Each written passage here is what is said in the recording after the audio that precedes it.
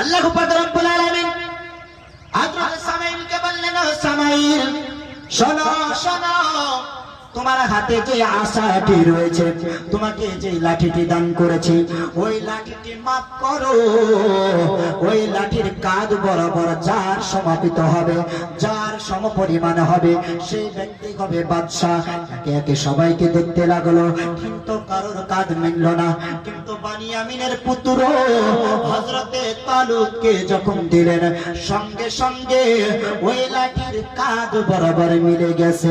জোরে বলুন সুবহানাল্লাহ। আর এই তাফসীর আস্তে আস্তে আরো অনেকগুলো আয়াত আছে, সেইগুলো আপনাদের সম্মুখে পড়বো ইনশাআল্লাহ। তো একবার জোরে মহব্বতে বলুন সুবহানাল্লাহ। আল্লাহ পাক রব্বুল আলামিন মহান কালামুল্লাহ শরীফের মধ্যে বলছেন, আলাম তারা ইলাল মালাঈ মিন বানি ইসরাঈল মিন বাদি মূসা إذ قالوا لنبي الله مبعث لنا ملكا نقاتل في سبيل الله قال هل عسيتم إن كتب عليكم القتال ألا تقاتلوا قالوا وما لنا ألا نقاتل في سبيل الله وقد أخرجنا من ديارنا وأبنائنا فلما كتب عليهم القتال تولوا إلا قليلا منهم والله عليم بالظالمين। এই আয়াতের মধ্যে একটি খুলাসা, বিরাট বড় একটি ঘটনা রয়েছে। কিরকম ঘটনা? তাবুতে সাকিনা বলে একটি সিন্দুক ছিল। তাবুতে সাকিনা বলে একটি সিন্দুক ছিল। তো সেই তাবুতের সাকিনার ঘটনা এর মধ্যে বিস্তারিত রয়েছে। এবং হযরত, যেই নবীর নাম হয়তো আপনারা অনেক কমই শুনেছেন, সেই নবীর কথা আমি বলবো। সেই নবীর নাম হলো হযরতে শামুয়েল আলাইহিস সালাম। যারা বলেন সুবহানাল্লাহ। হযরতে শামুয়েল আলাইহিস সালাম, তিনি ছিলেন আল্লাহ পাক রব্বুল আলামিনের একজন প্রেরিত পয়গম্বর। তিনি ছিলেন নবী, মুআজ্জাজ সামিঈন ইকরাম। সেই নবীর মর্তবা, মর্যাদা আমার আল্লাহ রাব্বুল আলামিন দান করেছিলেন। আল্লাহ রাব্বুল আলামিন সেই নবীর মর্যাদা এমন ভাবে দান করেছিলেন, হযরতে মূসা আলাইহিস সালামের জামানা, সেই সময় মূসা আলাইহিস সালামের জামানায় তিনার বানি ইসরাইল গোত্র ছিল। সেই বানি ইসরাইল গোত্ররা খুব আরাম এসে জীবন যাপন করতেন। আল্লাহ রাব্বুল আলামিনের রাস্তা থেকে তারা খারাপ কর্মের দিকে চলে গেল। আল্লাহ পাক রব্বুল আলামিনের রাস্তা থেকে তারা খারাপ কর্মের দিকে চলে গেল। আর যখন খারাপ অপকর্ম করতে থাকলো, আল্লাহ রাব্বুল আলামিন বলেছেন, দুনিয়ার মধ্যে যখন আমার প্রিয় বান্দাগণ কোন খারাপ কর্মের মধ্যে লিপিবদ্ধ থাকবে, খারাপ কর্ম করতে আসবে, তখন আমি রব্বুল আলামিন জালেমদেরকে দিয়ে তাদেরকে পিটাবো। যারা বলেন সুবহানাল্লাহ। জালেম বাদশাদেরকে দিয়ে তাদের পিটাবো। আমি রব্বুল আলামিন তোমাদেরকে খাদ্য দিচ্ছি, রুজু দিচ্ছি। আমি রব্বুল আলামিন তোমাকে দুনিয়ায় চলাফেরা করাচ্ছি, আর তুমি আমার নাফরমানি করছো। আর আমার নাফরমানি করার জন্য আমার গজব তো দিব, তার সঙ্গে সঙ্গে দুনিয়াতে জালিম বাদশাদেরও গজব দান করবো। যারা বলেন সুবহানাল্লাহ। মুআজ্জাজ সামিঈন ইকরাম, বিস্তারিত আমি যাব। তো তার আগে একটা ছিলাম ওই তাফসীরের দিকে এগিয়ে যাই। যখন মূসা আলাইহিস সালামের গোত্রের ব্যক্তিগণ প্রায় 400 বছর পর হযরত সুমাইল আলাইহিস সালাম, ওই সময় তারা অপকর্মে বানি ইসরাইল গোত্ররা আল্লাহর অবাধ্য হয়ে চলতে লাগলো, নাফরমানি করে চলতে লাগলো। তখন আল্লাহ পাক রব্বুল আলামিন তাদের অপকর্মের জন্য, খারাপ কর্মের জন্য একজন বাদশা, যার নাম হলো জালুত, কোরআনের মধ্যে জালুত বলে বলা হয়েছে। তো সে ছিল আমালিকা গোত্রের বাদশা। আমালিকা গোত্রের বিরাট জালিম বাদশা ছিল জালুত। তো সেই জালুত কি করত? সে কোন জায়গাখানে বসবাস করত? মিশর এবং ফিলিস্তিন তার মাঝামাঝি অবস্থায় রোম সাগরের তীরে অবস্থান করেছিল, তারা বসবাস করত। তো সেই জালুত বাদশা ওই বানি ইসরাইল গোত্রের অপকর্ম ব্যক্তিগণের উপরে হামলা করে দিল। হামলা করে দেওয়ার পরে তাদেরকে, তাদের বড় বড় সন্তানদেরকে কতল করে দিল। অনেকজন মানুষকে বন্দী করে নিল। প্রায় 470 জন মানুষকে বন্দী করে নিল। জোরে বলুন সুবহানাল্লাহ। বানি ইসরাইল গোত্রে পড়লো এবং ওই বাদশারা তাদেরকে, গোত্রদেরকে বন্দী করে নিয়ে চলে গেল। নিয়ে যাওয়ার পরে তাদের জায়গায় নিয়ে গেল। আর এই তাবুতে সাকিনা সিন্দুকটিকে তারা একটি গর্তের মধ্যে ফেলে দিল, যেই গর্ততে মূত্র ও ময়লা পড়েছিল। তারা কি করলো? ওই সিন্দুকটাকে ওই গর্তের মধ্যে ফেলে দিল, ওই গর্তের মধ্যে। আর ওই গর্তের মধ্যে মুখ, পায়খানা, অনেক কিছু খারাপ জায়গা, এমনকি নাজাসাতি জায়গা, নাপাকি জায়গায় তারা ফেলে দিল। মুআজ্জাজ সামিঈন ইকরাম, যখন তাদেরকে ফেলে দেওয়া হলো, ওই গোত্রের ব্যক্তিরা সবাই আরামে এসে জীবন যাপন করতে লাগলো। জালুত গোত্রের ব্যক্তিরা, আমালিকা গোলের ব্যক্তিরা, আমালিকা গোত্রের ব্যক্তিরা যখন সকলে একত্রিত ভাবে ওই বানি ইসরাইল গোত্রদেরকে হামলা করতে লাগলো, বানি ইসরাইল গোত্রদেরকে অত্যাচার করতে লাগলো। আব্বাজি আমার সোনা মানিকেরা, যখন এইভাবে অত্যাচার করতে লাগে, আল্লাহর দরবারে মুসা আলাইহিস সালামের গোত্রের একজন মহিলা ছিল, আল্লাহর দরবারে দোয়া করলেন, হে রব্বুল আলামিন, তোমার বান্দারা বড় কষ্টে রয়েছে। তারা বুঝতে পেরেছে যে আমরা নাফরমানি করার জন্য আল্লাহকে ভুলে গিয়েছি, তার জন্য আমাদের প্রতি বাদশা জালিমের গজব এসেছে। তাই আমরা অনুশোচনায় আল্লাহর কাছে তওবা করছি। জোরে বলুন সুবহানাল্লাহ। অনুশোচনার মধ্যে যখন আল্লাহর কাছে তওবা করে, ওই গোত্রের একজন মহিলার গর্ভের মধ্যে একটি সন্তান দান করলো। সেই সন্তানটির নাম তার মা রাখলো সামাইল। সন্তানটি আস্তে আস্তে যখন বড় হলো, বড় হওয়ার পর যখন তার বয়স 9 বছর, তখন বাইতুল মুকাদ্দাসের একজন আলিম, বুজুর্গ আলিমের কাছে তাকে প্রেরণ করা হলো। বুজুর্গ আলিমের কাছে তাকে শিক্ষার জন্য পাঠানো হলো। বুজুর্গ আলিমের কাছে যাওয়ার পর এই ব্যক্তি শিক্ষা নিতে লাগলো। শিক্ষা নিতে পরে ওই বুজুর্গ ব্যক্তিটা সুমাইলকে আদর সহকারে ডাকতেন, যে হযরতে সুমাইল বলে ডাকতেন। কিন্তু ওই বুজুর্গ জানতেন না যে কি ইনি নবী হবেন। জোরে বলুন সুবহানাল্লাহ। জ্ঞানী ব্যক্তিগণ যদিও না জানে যে কে নবী হবে কে হবে না, কিন্তু বুঝতে পারে যে এই বাচ্চার মধ্যে কিছু একটি অদৃশ্য জিনিস রয়েছে, ভবিষ্যতে একটা কিছু হতে পারবে। সেইভাবে তাকে খুব সম্মান করতেন ওই বুজুর্গ জ্ঞানী আলেমটা। তাকে যখন বড় আদব করতেন, স্নেহ করতেন, সে আদব সহকারে খুব সুন্দরভাবে জ্ঞান অর্জন করতে লাগতো। জ্ঞান এমন ভাবে অর্জন করত যে অর্জন করতে করতে তার মতন জ্ঞানী হয়ে গেছে। যারা বলুন সুবহানাল্লাহ। হযরত সুমাইল আলাইহিস সালাম যখন একজন বড় বুজুর্গ হয়ে গেলেন, বয়স্ক প্রাপ্ত হয়ে গেল, বয়স্ক প্রাপ্ত হয়ে যাওয়ার পরে এক রাত্রি বেলায় শুয়ে আছেন। রাত্রি বেলায় যখন শুয়ে আল্লাহর দরবারে তাসবিহ তাহলিল করছিলেন, তার চোখটা কিছু ভাবে এঁটে এসেছে। ওই সময় হযরতে জিবরাইল আলাইহিস সালাম ডাক দিচ্ছেন, ও সুমাইল, তুমি জেগে ওঠো। জোরে বলুন সুবহানাল্লাহ। হযরতে জিবরাইল আলাইহিস সালাম ওই সুমাইলকে ডাকছে কার কণ্ঠস্বরে জানেন? ওই বুজুর্গ যে আলিমটা রয়েছে, ওই বুজুর্গ আলিম সেজে তার কণ্ঠস্বরে হযরতে সুমাইলকে ডাকতে লাগলেন, সুমাইল ওঠো, সুমাইল ওঠো। যখন আলিমের কথা শুনেছেন, সঙ্গে সঙ্গে সুমাইল উঠে গিয়েছেন। উঠে যাওয়ার পরে ওই বুজুর্গ আলিমের কাছে যাওয়ার পরে বলছেন, হুজুর, আমাকে কি আপনি ডেকেছেন? আমাকে কি আপনি ডাকলেন? তখন বলছে, না, তোমাকে আমি ডাকি নাই। যখন বলেছেন তোমাকে আমি ডাকি নাই, তখন সেই আলিমটা ভেবেছে হয়তো কোনো গায়েবী থেকে আওয়াজ এসেছে, তাই তিনি বললেন না, হয়তো বাচ্চা ভয় পাবে বলে, বাচ্চা তুমি আবার শুয়ে পড়ো বলে তাকে শুয়ে দিলেন। আব্বাজি আমার সোনা মানিকেরা, যখন হযরতে সুমাইল আলাইহিস সালাম শুয়ে গেলেন, আবার হযরতে জিবরাইল আলাইহিস সালাম ওই আলিমের কণ্ঠস্বরে ডাকতে লাগলেন, ও হযরতে সুমাইল, আল্লাহর ইশারায় তুমি জেগে ওঠো। আবার জেগে উঠলেন।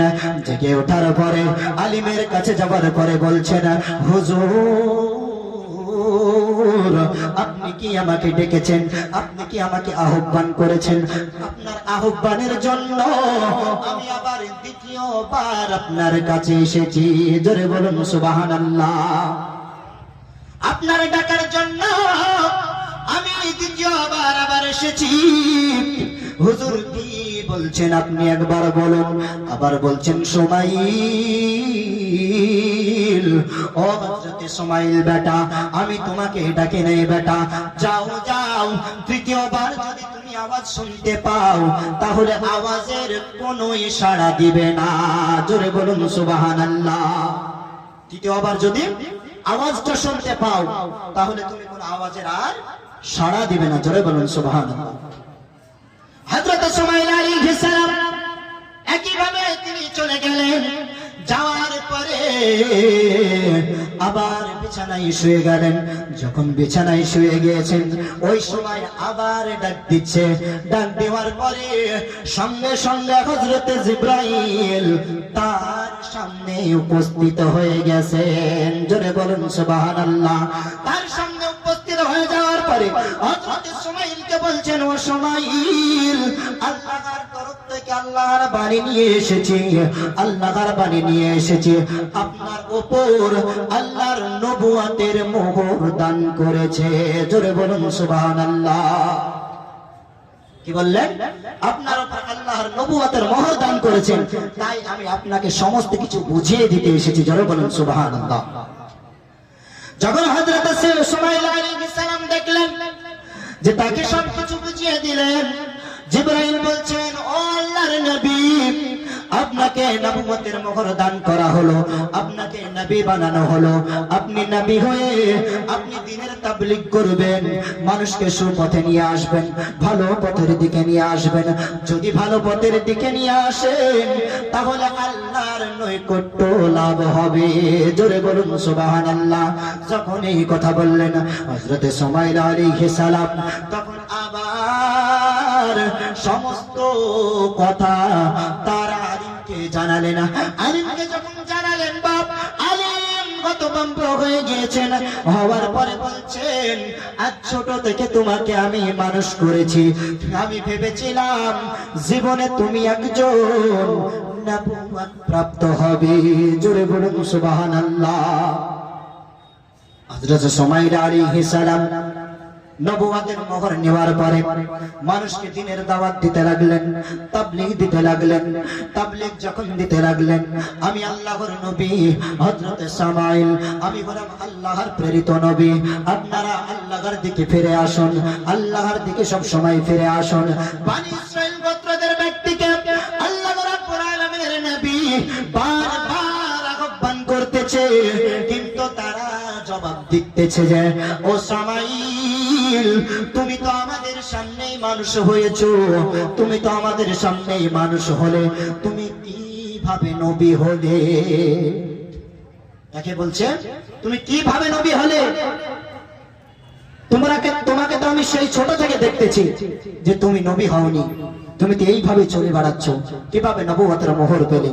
তখন বলছেন, খোদার কসম করে বলি, আল্লাহর ওহী থেকে হযরত জিবরাইল আলাইহিস সালাম আমাকে নবুয়তের মোহর দান করেছেন এবং তোমাদের প্রতি তাবলীগ করতে বলেছেন, তোমাদেরকে দ্বীনের দাওয়াত দিতে বলেছেন, তাই আমি আল্লাহর দাওয়াত নিয়ে এসেছি। জোরে বলুন সুবহানাল্লাহ। যখন বললেন আল্লাহর দাওয়াত নিয়ে এসেছি, তখন সেই বনি ইসরাইল গোত্রের ব্যক্তিরা বলল, যদি তুমি আল্লাহর প্রেরিত নবী হও তাহলে আমাদের তরফ থেকে একজন বাদশা তৈরি করো, একজন বাদশা নাজিল করো, যে বাদশা আমাদেরকে ভালোভাবে চালাবে আর আমরা তার নেতৃত্বে হয়ে ওই জালুত বাদশার মোকাবিলা করব। জোরে বলুন সুবহানাল্লাহ। কি বললেন? যদি আপনি নবী হন তাহলে আমাদের তরফ থেকে কাউকে বাদশা বানান, বানানোর পরে তার নেতৃত্বে আমরা কাজ করব, করার পরে ওই জালুতের সঙ্গে আমরা সংঘর্ষ করব, তাদের সঙ্গে মোকাবিলা করব, মোকাবিলা করার পরে আমরা নিজের কাজ নিজে করব এবং আল্লাহর দ্বীনের দাওয়াত আমরাও দিতে থাকব, আল্লাহর কথা সবাইকে বলতে থাকব। যখন হযরত সুমাইল আলাইহিস সালাম বললেন, ও আমার বান্দারা, আমার আল্লাহর বান্দারা, তোমরা যদি আল্লাহর জিহাদের প্রতি ফরজ ফরজটাকে যদি তোমরা মান্য করতে পারো তাহলে আমি তোমাদের প্রতি থেকে একজন বাদশা নাজিল করব।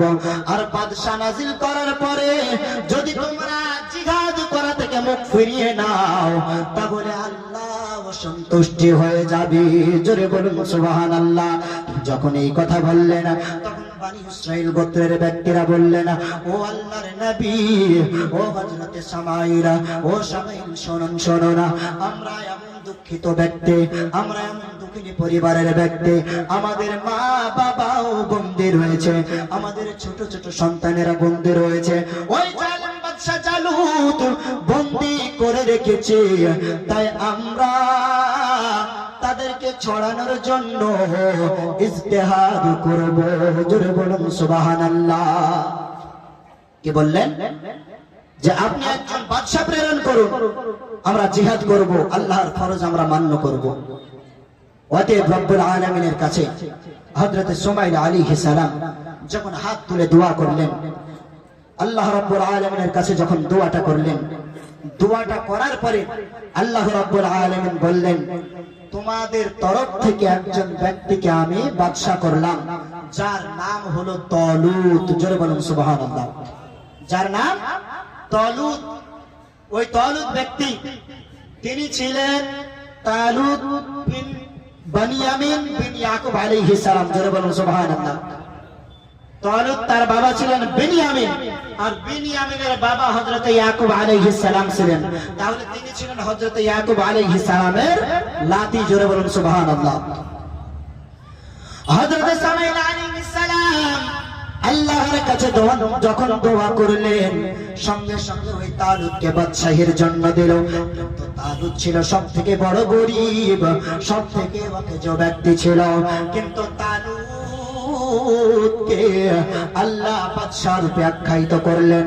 যখন আল্লাহ রাব্বুল আলামিন বাদশাহ রূপে আখ্যায়িত করলেন, তখন সমস্ত বনি ইসরাইল গোত্রের ব্যক্তিগণ বলছেন, ও সামাইল, আপনি কোন ব্যক্তিকে আমাদের জন্য বাদশা করলেন? কোন ব্যক্তিকে আপনি বাদশা করলেন? ওই তালুত, যার ধন সম্পদ কিছু নাই, যার ধন সম্পদের অর্ধেকও কিছু নাই, এক ছিটে ফোঁটাও নাই, খাদ্য উপার্জন করে, কাঠ কাটিয়ার খায়, আর অতএব তুমি ওই তালুতকে কিভাবে বাদশা বানাতে পারো? জোরে বলুন সুবহানাল্লাহ। কি বললেন? যার খাদ্য নাই, গরিব মানুষ, তাকে কিভাবে বাদশা বানাতে পারো? গোত্রের ব্যক্তিরা বলছেন, বংশ পরম্পরায় হযরত ইয়াহুদ বিন ইয়াকুব, ইয়াহুদ বলে একজন ইয়াকুব আলাইহিস সালামের সন্তান ছিল, ওই ইয়াহুদের বংশ পরম্পরা থেকে রাজা হয়ে আসছে, বাদশা হয়ে আসছে।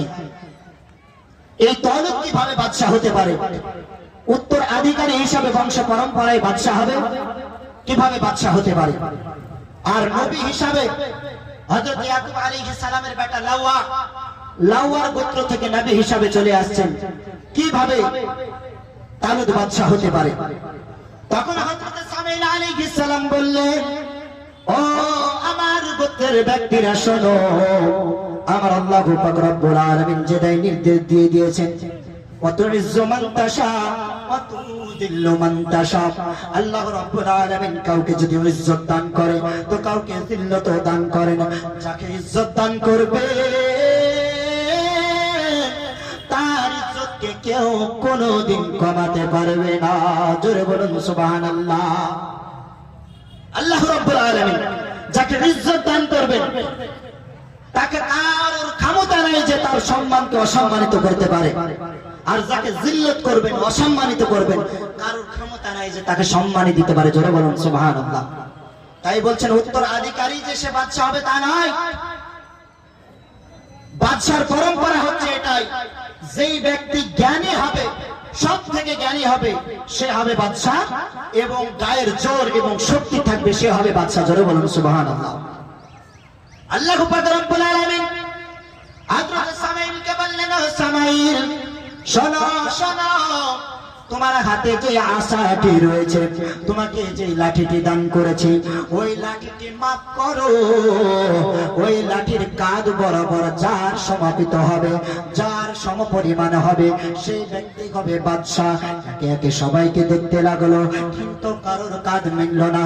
কিন্তু বানিয়ামিনের পুত্র হযরতে তালুতকে যখন দিলেন, সঙ্গে সঙ্গে ওই লাঠির কাঁধ বরাবর মিলে গেছে। জোরে বলুন সুবহানাল্লাহ। সঙ্গে সঙ্গে এই লাঠির কাঁধ বরাবর মিলে গিয়েছে। আর যখন লাঠির কাঁধ বরাবর মিলে গিয়েছে, তাকে রাজা হিসাবে ঘোষিত করে দিলেন। জোরে বলুন সুবহানাল্লাহ। তবুও বানি ইসরাইল গোত্রের ব্যক্তি রাজি নয় বাদশা মানতে। না, আমি রাজা মানবো না, তাকে বাদশা মানবো না। যদি রাজা হয় তাহলে এমন একটি মুআজিজা দেখান, যে মুআজিজার কারণে, এমন একটি বস্তু দেখান, যে বস্তুর কারণে আমি তাকে বাদশা হিসাবে গ্রহণ করবো। জোরে বলুন সুবহানাল্লাহ। সেই ব্যক্তিরা এই দাবি করে ফেললো। কথা বুঝতে পারছেন তো? দাবি যখন করে ফেললো যে একটা কিছু দেখাও, যদি না দেখাও তাহলে কিভাবে আমি তাকে বাদশা মেনে নিব। যখন এই কথা বললেন, তখন হযরত সামুয়েল আলাইহিস সালাম আল্লাহর দরবারে দোয়া করলেন। তখন আল্লাহর কোরআনের আয়াত নাযিল হোক। আয়াতের মধ্যে বলছে, ওয়াকালা লাহুম নাবিয়্যুহুম ইন্না আয়াতা মুলকিহি আইয়াতিয়াকুমুত তাবুতু ফিহি সাকিনাতুম মির রাব্বিকুম ওয়া বাকিয়াতুম মিম্মা তারাকা আলু মূসা ওয়া আলু হারুন তাহমিলুহুল মালায়েকা ইন্না ফি যালিকা লাআয়াতিন লিকাওমিন ইন কুনতুম মুমিনিন। জোরে বলুন সুবহানাল্লাহ। ইন্না ফি যালিকা লাআয়াতান লাকুম ইন কুনতুম মুমিনিন। যখন এই কথা বললেন, বলছেন আপনি বলুন যে তোমাদের তরফ থেকে যে তাবুতে সাকিনা, ওই সিন্দুকটি, যে সিন্দুকটির প্রস্থ ছিল 2 হাত আর দৈর্ঘ্য ছিল 3 হাত। জোরে বলুন সুবহানাল্লাহ। আর সেই পুস্তকটি, সেই সিন্দুকটি একটি স্বর্ণ দিয়ে গড়া ছিল, একটি স্বর্ণ দিয়ে গড়া ছিল। তো ওই সিন্দুকটিকে যদি নিয়ে এসে দেওয়া হয়, তাহলে কি তোমরা তাকে বাদশা মানবে? তখন বললেন যে আদম আলাইহিস সালাম থেকে নিয়ে যে সিন্দুকটি চলে আসছে, ওই সিন্দুকটি যদি আমরা পেয়ে যাই, তাহলে হয়তো আমরা তাকে বাদশা হিসাবে গ্রহণ করব। জোরে বলুন সুবহানাল্লাহ। হযরত সামুয়েল আলাইহিস সালাম তাবুতে সাকিনার জন্য আল্লাহর কাছে দোয়া যখন করলেন, আল্লাহ রাব্বুল আলামিন তাদেরকে তাবুতে সাকিনা দিলেন। আর ওইদিকে জালুত বাদশা ওই তাবুতে সাকিনাটাকে একটি গর্তের মধ্যে, নাপাকি জায়গার মধ্যে ভরে রেখেছিল। আর নাপাকি জায়গায় আল্লাহর বরকতময় জিনিসকে অবজ্ঞা করার কারণে ওই জালুত আমালিকা গোত্রের ব্যক্তিদের প্রতি আল্লাহর গজব চলে এসেছিল। জোরে বলুন সুবহানাল্লাহ। ওই গর্তের মধ্যে ওই তাবুতে সাকিনাটাকে ফেলে দেওয়ার জন্য আল্লাহ পাক রব্বুল আলামিন তাদের প্রতি গজব নাজিল করলো। কিরকম গজব? যেমন একটি বিমারি দিল, ওই বিমারির জন্য আমালিকা গোত্রের প্রায় অর্ধেক মানুষ মারা গিয়েছিল। জোরে বলুন সুবহানাল্লাহ। এটাতে প্রমাণিত হলো যে আল্লাহর তাবাররুক জিনিস, বরকতময় জিনিসকে কেউ যদি অবজ্ঞা করে, খারাপ বলে ফেলে দেয়, নিয়ে চলে যায়, তাকে যদি হিংসা করে, বিদ্বেষ করে তাড়িয়ে দেয়, আল্লাহ রাব্বুল আলামিন নারাজ হয়ে যান। যখন ওই তাবুতে সাকিনাটা তারা অবজ্ঞা করে, ওই জালেম বাদশার গোত্রের ব্যক্তিদেরকে আল্লাহ পাক রব্বুল আলামিন এমন একটি গজব দিয়েছিলেন, ওই গজবে তারা ধ্বংস হয়ে গেছিল। জোরে বলুন সুবহানাল্লাহ। আর তাবুতে সাকিনাটা যখন ওই গর্তের মধ্যে ছিল, একজন ব্যক্তি ভেবে নিলেন যে তাবুতে সাকিনার জন্য হয়তো আমাদের প্রতি বিমারি চলে এসেছে, আল্লাহর গজব চলে এসেছে। তাহলে ওই তাবুতে সাকিনাটা ওই গর্ত থেকে বের করো। সিন্দুক থেকে বের করা হলো। সিন্দুক থেকে বের করার পরে হযরত সামুয়েল আলাইহিস সালামের ওই গোত্রের দিকে একটি গরুর গাড়িতে করে ওই সিন্দুকটাকে দিলেন। সিন্দুকটাকে দেওয়ার পরে তারা পাঠিয়ে দিলেন। যখন গরুর গাড়ি রাস্তায় চলতে লাগলো, আল্লাহ রাব্বুল আলামিনের ইশারায় তার ফেরেশতাগণ ওই সিন্দুকটিকে হযরত সামুয়েল আলাইহিস সালামের কাছে পাঠিয়ে দিয়েছিলেন। জোরে বলুন সুবহানাল্লাহ। হযরতে সামাইল আলাইহিস সালামের কাছে পাঠিয়ে দিয়েছিলেন। যখন সামাইল আলাইহিস সালামের কাছে আসমানি জায়গা থেকে উড়ে ওই তাবুতে সাকিনাটা চলে আসলেন, ওই বনি ইসরাইল গোত্রের ব্যক্তিগণ আল্লাহ রাব্বুল আলামিনের শুকরিয়া আদায় করে বললেন যে কি আমি রাজি রয়েছি তাকে বাদশা হিসেবে গ্রহণ করতে। যারা বলুন সুবহানাল্লাহ। প্রথমে তো যুদ্ধের জন্য মাত্র 313 জন, বদরের যুদ্ধে যে 313 জন ছিল ওই 313 জন মাত্র ছিল। আর যেমন ওই তাবুতে সাকিনাটি নিয়ে আসলেন, সঙ্গে সঙ্গে 70,000 সিপাহী তৈরি হয়ে গেল। যারা বলুন সুবহানাল্লাহ। সিপাহীগণ আল্লাহর জন্য, আল্লাহর রাস্তায় তার ইজতিহাদ করার জন্য, জিহাদ করার জন্য প্রস্তুত হয়ে গেল। তার মধ্যে ছিল এমন একজন নবী যার নাম ছিল হযরতে দাউদ আলাইহিস সালাম। জোরে বলুন সুবহানাল্লাহ। সেই সিপাহীদের মধ্যে ছিলেন দাউদ আলাইহিস সালাম। সামাইল আলাইহিস সালামের পরে পরে দাউদ আলাইহিস সালাম তিনি ওই জায়গাখানে এসেছেন নবী হয়ে। হযরত দাউদ আলাইহিস সালাম তিনি যখন ওই যুদ্ধের মধ্যে শামিল রয়েছেন, হযরত সামাইল কিন্তু জানেন না, হযরত সামাইল কিন্তু জানেন না যে ওই ব্যক্তি রয়েছেন। মুআজ্জাজ সামাইল ইকরাম আল্লাহর আদেশে তারা সিপাহীদেরকে নিয়ে যুদ্ধের জন্য রওনা হয়ে গেলেন। যুদ্ধের জন্য তারা চলে গেল। যখন যুদ্ধের জন্য চলে যায়, যুদ্ধ যেতে যেতে একটি রাস্তা পার হতে হয়, একটি নদী পার দিতে হয়, ওই নদী পার হতে হয়। আর যেমন নদীর কাছে পৌঁছে গেলেন, আল্লাহ রাব্বুল আলামিন বলছেন, ও আমার প্রিয় বান্দা সামাইল, আমি তাদেরকে তৃষ্ণার্ত করে একটি পরীক্ষা করব যে তারা আমি আল্লাহর উপর নির্ভরশীল কিনা। জোরে বলুন সুবহানাল্লাহ। যখন এই কথা বললেন হযরত সামাইল আলাইহিস সালাম আল্লাহর নির্দেশে তাদেরকে দাঁড়িয়ে দিলেন। তাদের বড় তৃষ্ণা চলে আসলো, পিপাসা লেগে গেল।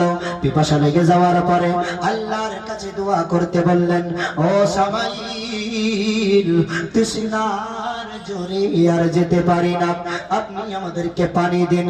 আব্বাজি আমার সোনা মানিকেরা, সামাইল আলাইহিস সালাম বললেন, আল্লাহর প্রতি নির্ভরশীল হও, আল্লাহর প্রতি ধৈর্য ধারণ করো। আল্লাহ ধৈর্যধারীদেরকে পছন্দ করে। ইন্নাল্লাহা মা'আস সাবিরিন, আল্লাহ রাব্বুল আলামিন ধৈর্যধারীদেরকে পছন্দ করে। আল্লাহ রাব্বুল আলামিন বললেন, যে ব্যক্তি পানি পান করবে সেই ব্যক্তি আমার লোকের মধ্যে শামিল হবে না, আর যে ব্যক্তি পানি না পান করবে সেই ব্যক্তিরা আমার দিকে শামিল হবে।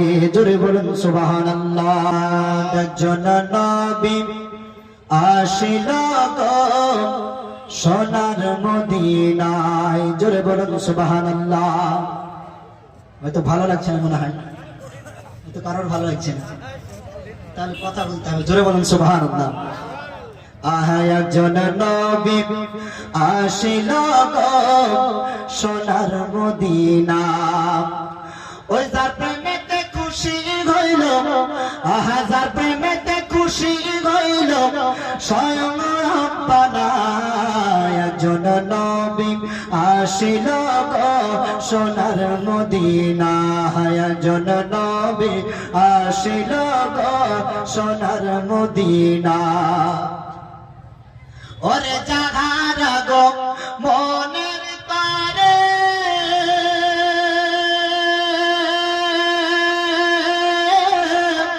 কাবা ঝুঁকে সেজদা করে,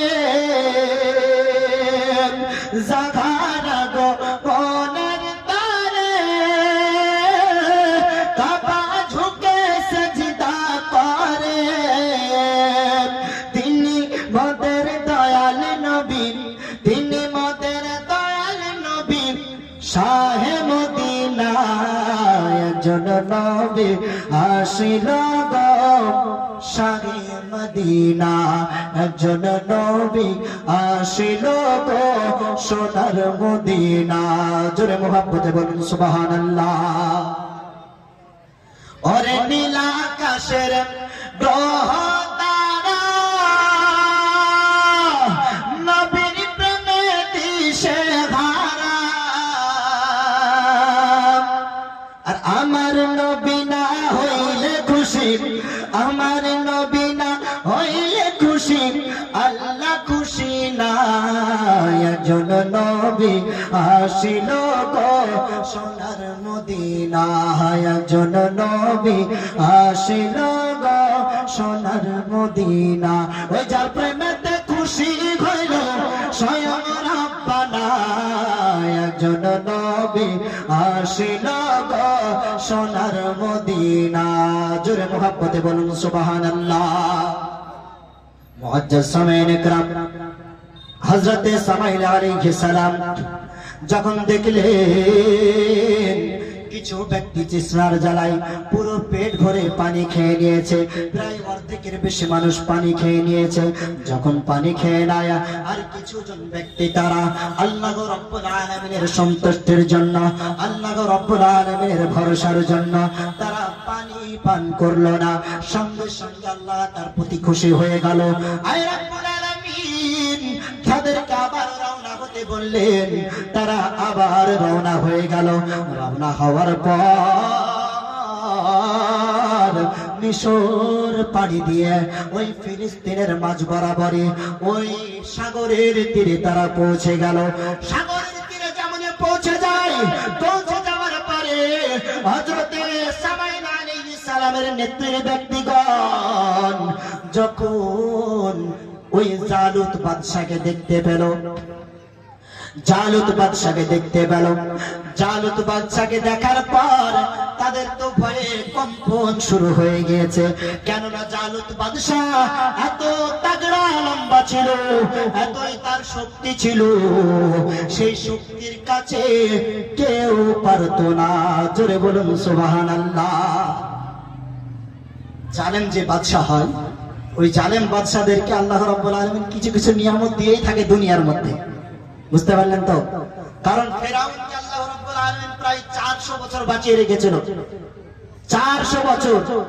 আর ওই 400 বছরের মধ্যে একটা দিনও তার রোগ হয়েছিল না। জোরে বলুন সুবহানাল্লাহ। কিসের জন্য আমি সুবহানাল্লাহ বললাম? কাফেরের জন্য তো সুবহানাল্লাহ বলা যাবে না। কিসের জন্য সুবহানাল্লাহ বললাম? যে আল্লাহ রাব্বুল আলামিন তাকে রোগ দেয়নি, এটা আমার আল্লাহ পাক রাব্বুল আলামিনের বড় কারাম দুনিয়ার মধ্যে তাকে করেছিল। সে আল্লাহর কাছে রাত্রে বেলায় দোয়া করতে হয়, রব্বুল আলামিন আমি তো দিনের বেলায় খোদা বলে দাবি করি, খোদা বলে মানি, সকলকে বলতে থেকে আমাকে সবাই খোদা বলে মানে, যদি আমাকে পরের দিন খোদা না মানে তাহলে কি হবে? আয় রব্বুল আলামিন যা দিবার দিয়ে দাও আমাকে দুনিয়ার মধ্যে। জোরে বলেন সুবহানাল্লাহ। আমাকে দুনিয়ার মধ্যে সব দিয়ে দাও, আখিরাতে আমি কিছুই চাইবো না, কিছুই দরকার নয় আমার। একটু জোরে বলেন সুবহানাল্লাহ। যখন এই কথা বললেন তো তখন আল্লাহ পাক রব্বুল আলামিন বলল, যা তোকে যা দিয়ার দিয়ে দিলাম। যখন নীল নদের পানি শুকিয়ে গেল, বনি ইসরাইল গোত্রের ব্যক্তিরা সকলেই হযরতে মুসা আলাইহিস সালামের নেতৃত্বে না গিয়ে তারা ওই ফেরাউনের কাছে চলে গেল। যাবার পরে বলছে, হে আমাদের খোদাওয়ান, আমাদেরকে পানি দান করুন। তখন বলছে তখন তার সে বলতে পারছে না যে আমি পানি দিতে পারবো না, সে কি আর পানি দিতে পারবে? পানি শুকিয়ে গেলে তখন বললে, ইনশাআল্লাহ অবশ্যই আগামী কালকে পানি চলে আসবে, তোমরা চিন্তা করো না। এই কথা বলার পর রাত্রে বেলায় ফেরাউন আল্লাহর কাছে দোয়া করছে, আয় রব্বুল আলামিন আমি যদি তাদের কাছে অসম্মানিত হয়ে যাই তাহলে তো আমার মান সম্মান কিছু থাকবে না, আমার খোদাই দাবি কিছুই থাকবে না।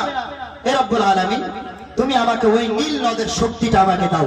আমি নীল নদকে যদি বলি উঠো তো উঠবে, যদি বলি বসো তো বসবে। জোরে বলুন সুবহানাল্লাহ। যখন এই কথা বললো তখন আল্লাহ পাক রব্বুল আলামিন বলল, যা তোকে দিয়ে দিলাম। তো তারপরের দিন বললো এই নীল নদের পানি চলে আসে, তো সমস্ত নীল নদের পানি আবার চলে আসলো।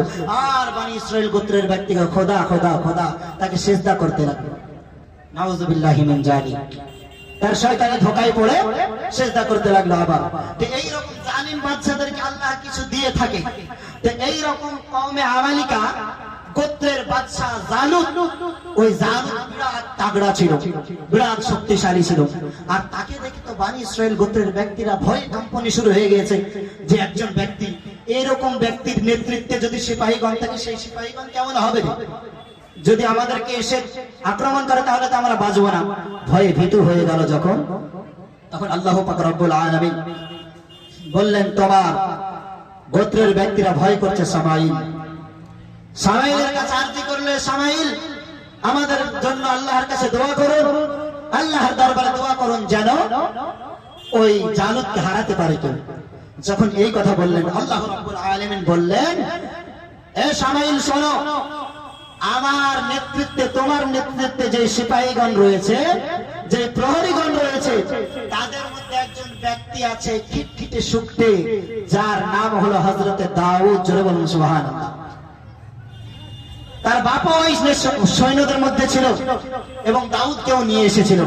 তখন ওই দাউদ জালুতের সঙ্গে মোকাবিলা করবে। যখন এই কথা বলল, দাউদ আলাইহিস সালামকে আগিয়ে নিয়ে আসা হলো। আগে নিয়ে আসার পরে দাউদ আলাইহিস সালাম তার কাছে দাঁড়ালেন। দাঁড়ানোর পরে বললেন, এ সামাই, দাঁড়ানোর পরে বলছেন, হুজুর আমার জন্য কি আহ্বান আছে, কি হুকুম আছে, আপনি একটি বলুন। জোরে বলুন সুবহানাল্লাহ। যখন এই কথা বললেন, সঙ্গে সঙ্গে সামাইল বললেন, তুমি কি জালুতকে হারাতে পারবে?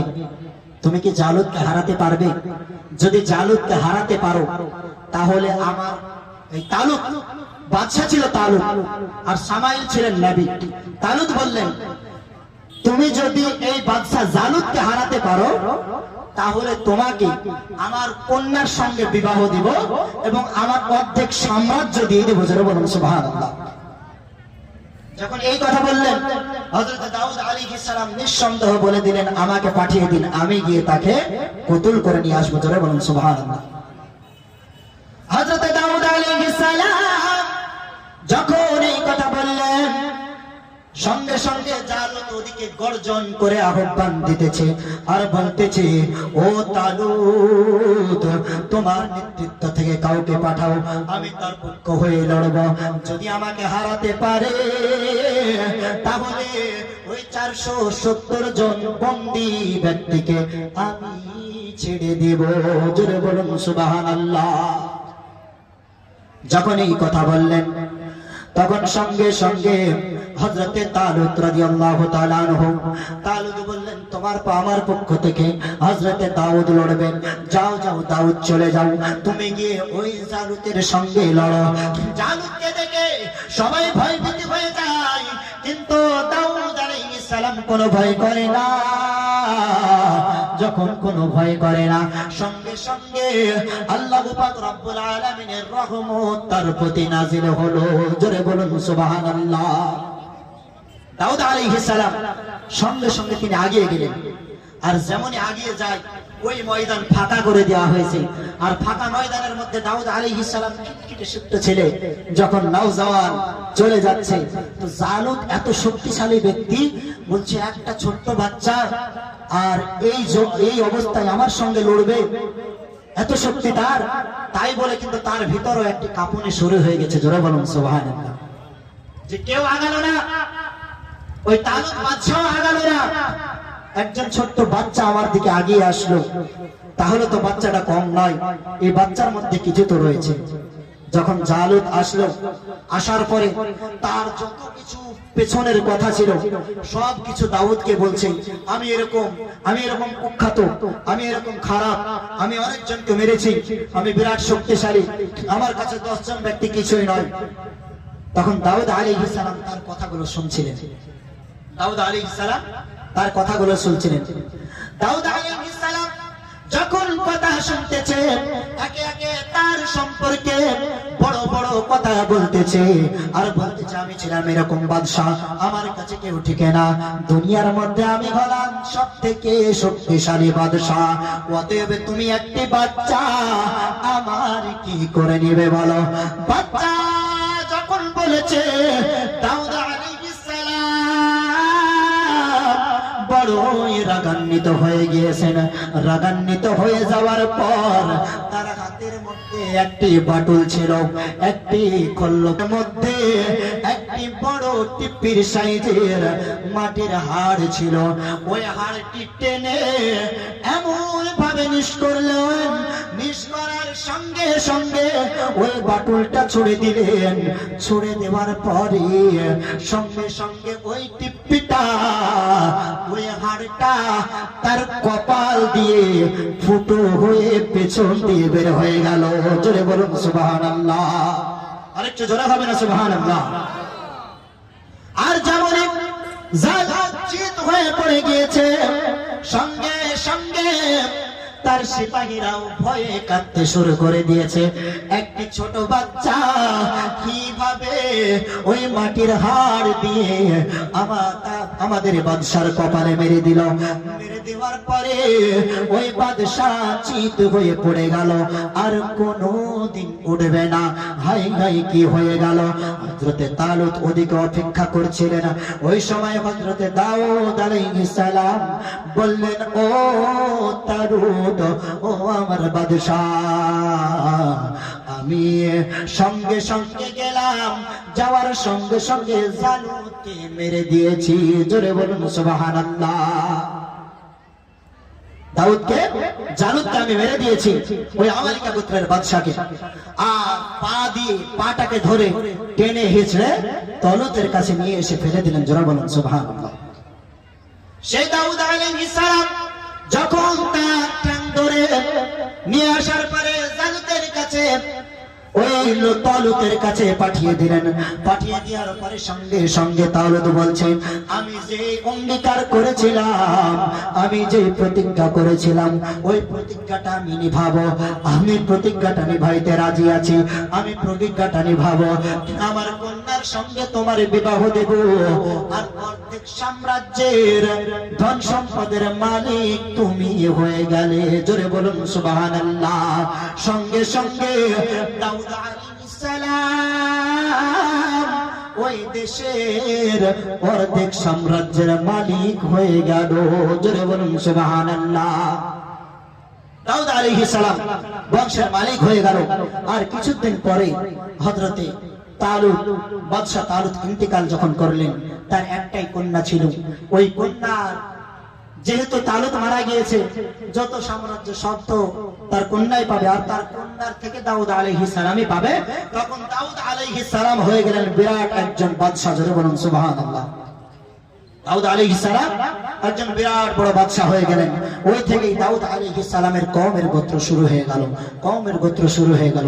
মুআজ্জাজ সামাইন ইকরাম, হযরত সামাইন আলাইহিস সালাম তিনি এমন একজন নবী ছিলেন, আল্লাহর খুব ইবাদত গুজার ব্যক্তি ছিলেন। দাউদ আলাইহিস সালামও তিনি এমন একজন নবী ছিলেন, আল্লাহর রাসূল সাল্লাল্লাহু তাআলা আলাইহি ওয়াসাল্লাম বলেছিলেন, দাউদ আলাইহিস সালামের ইবাদত আল্লাহ রাব্বুল আলামিন বেশি পছন্দ করতেন। জোরে বলুন সুবহানাল্লাহ। দাউদ আলাইহিস সালামের ইবাদত আল্লাহ রাব্বুল আলামিন বেশি কবুল করতেন। কিরকম জানেন?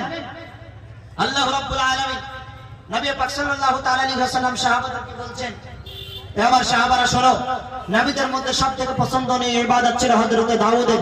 কিভাবে? যখন দাউদ আলাইহিস সালাম এশার নামাজ আদায় করতেন, নামাজ পড়ে তিনি শুয়ে যেতেন, অর্ধেক রাত শুয়ে যেতেন আর অর্ধেক রাত ইবাদত করতেন, আর কিছু বাকি হিস্সা যেটুক ছিল ওইটুকু একটু আরাম করতেন। জোরে বলুন সুবহানাল্লাহ।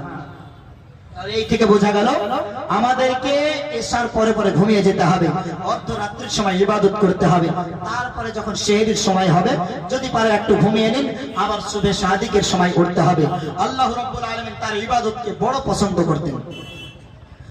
আর ওই তাবুতে সাকিনা, যে তাবুতে সাকিনার কথা বললাম, তাবুতে সাকিনাটা হযরত আদম আলাইহিস সালামকে আল্লাহ পাক রব্বুল আলামিন দান করেছিলেন। আর তাবুতে সাকিনা সিন্ধুকটি এত বরকতময় ছিল, সেই সিন্ধুকের ভিতরে সমস্ত নবীগণের ছবি অঙ্কন করা ছিল। জোরে বলুন সুবহানাল্লাহ।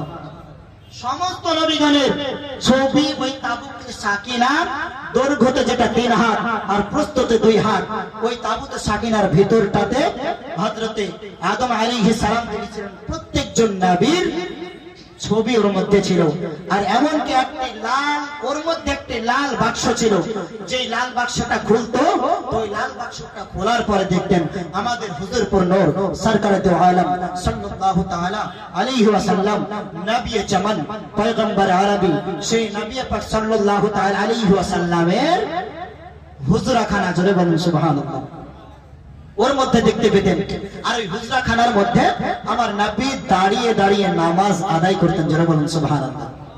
সেটা কে দেখেছিলেন? দেখেছিলেন কি? হযরত আদম আলাইহিস সালাম। যেহেতু আদম আলাইহিস সালাম দেখেছিলেন, তাহলে আমার নবী তো ওই তাসবিরের মধ্যে, ওই ছবির মধ্যেও হুজরাখানার মধ্যে নামাজ আদায় করতেন। আর পার্শ্বে যত সাহাবায়ে কেরামগণ তারা বসে থাকতেন। জোরে বলুন সুবহানাল্লাহ। কালা আমার নবী আউয়াল মা খালাকাল্লাহু নূরান, আমার নবী পাক সাল্লাল্লাহু তাআলা আলাইহি ওয়াসাল্লামের নূরকে সর্বপ্রথম আল্লাহ পাক রব্বুল আলামিন সৃষ্টি করেছিলেন। জোরে বলুন সুবহানাল্লাহ। नारे तकबीर, नारे रिसालत, मसला के आला हजरत, मसला के आला हजरत हजरत मौलाना इमाम मालिक साहब, हजरत मौलाना इमाम मालिक साहब, नारे तकबीर, नारे रिसालत।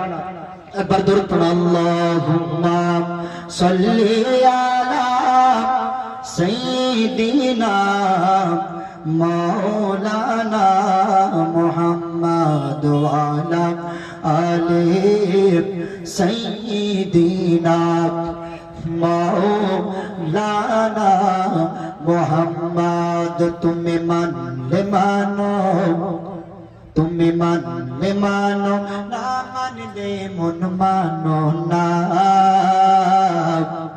आशिकेरी आशल जन्नत सोनार मदीना। जोरे बोलुन सुबहानाल्लाह।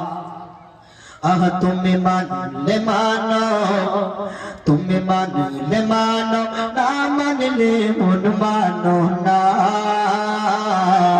आशिकेरी आशल जन्नत सोनार मदीना।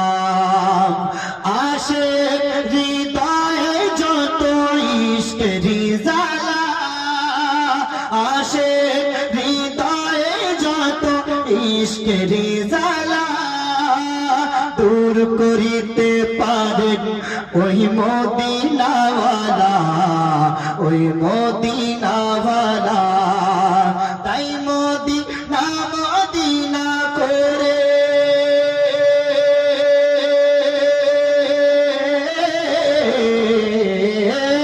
মদিনা মদিনা করে হয়ে যায় ফানা। আশিকেরি আসল জান্নাত সোনার মদিনা। তুমি মানলে মানো, তুমি মানলে মানো, না মানলে মন মানো না। আশিকেরি আসল জান্নাত সোনার মদিনা। একটু জোরে মহব্বতে হবে না সুবহানাল্লাহ। আর 2 মিনিট আছে। এক সময় ছিল মদিনা অলক্ষণের ভূমি, এক সময় ছিল মদিনা অলক্ষণের ভূমি।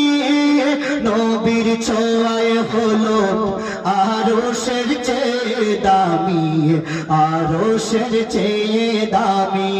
তাই নবী যেথায় আছেন শুয়ে,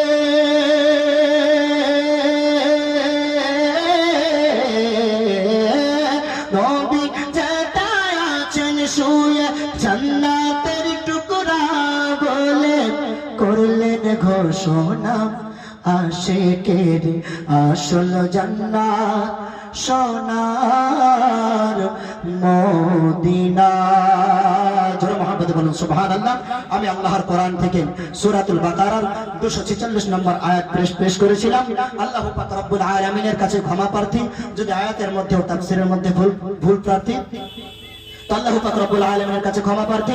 আসসালামু আলাইকুম ওয়া মা আলাইনা ইল্লাল বালাগ।